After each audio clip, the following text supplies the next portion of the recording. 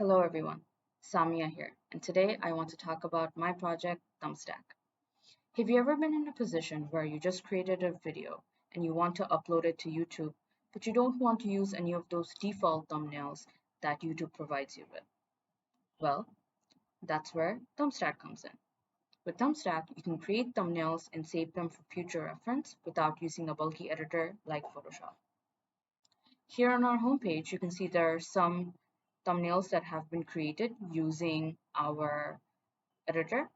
And in order to use our editor, you can either log in with an existing account or register for a new one.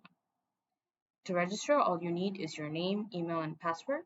But for the sake of this presentation, I'm just going to sign in with an account that I made earlier. So once you sign in, you're redirected to the dashboard where you have your editor. This is where the main editing will go down. And on the left, you have your saved thumbnails. So these are the thumbnails that you've created before for this account. So here, if you want to view any of these, you can click on them and you can view this thumbnail right here. If I want, I can change things around.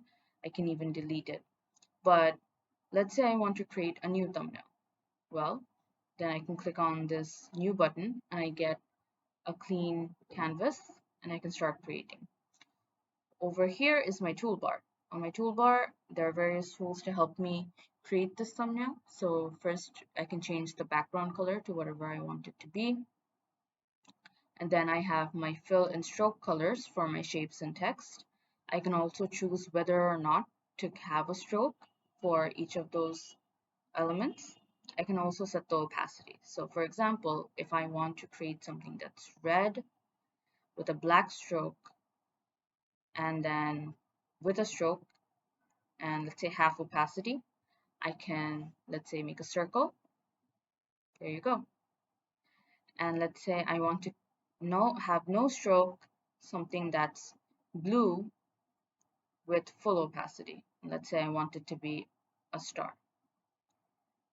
There you go. I can also create texts. So if I add a text here, I can also edit this text to say whatever I want. So I can also change the font of text before I add them in. So let's say I want something to be Comic Sans, then I can just add it here and it works the same.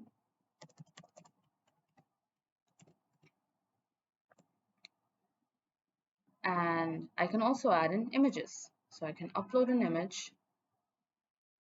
So let's say I want to upload this image right here. Whenever an image is uploaded, it's also sent to Cloudinary to store it. And we can see the image right here. We can then resize it however we want, place it wherever we want, rotate it, whatever. And once we're done with everything, let's say I don't like a certain element on my page, I can click on it and then click this delete button to delete it off the canvas. Now let's say I'm done with my thumbnail.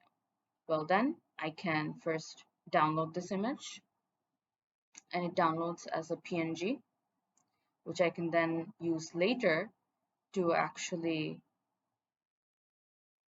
on YouTube Studios. So I can do that. I can also save this thumbnail. When I save it, it will be added to my database and you can see that it's been added here with at the bottom of our saved thumbnails list. And when I'm done with everything, I can just log out and continue on with my YouTube journey. For my tech stack, in the front end, I used React and the Canva library in order to work with canvas elements, and I used Cloudinary to post and get images. For my backend, I use Node.js with Express for the server and MongoDB with Mongoose for the database. As for my insights in this project, one thing I learned is that depending on your time limit, you should choose whether you should focus on adding features to your project horizontally or vertically. Since there was a time limit for us, I'm very much focused on adding them vertically so I could learn more about Canva and Canvas elements. Another thing I learned is that you should pay very close attention to the limitations of whatever library or tech you're using. For me, that was with Canva, there are some limitations with how you can use images and how you can export images and with text editing. So that was a hurdle I had to go over myself and learn how to figure out myself. And lastly, you should always fix small bugs at the start so they don't add up to other bugs and start snowballing. Sometimes it might seem like a bug can, be dealt with later, but it's best to deal with it at the moment. So I hope you guys enjoyed this presentation. Thank you.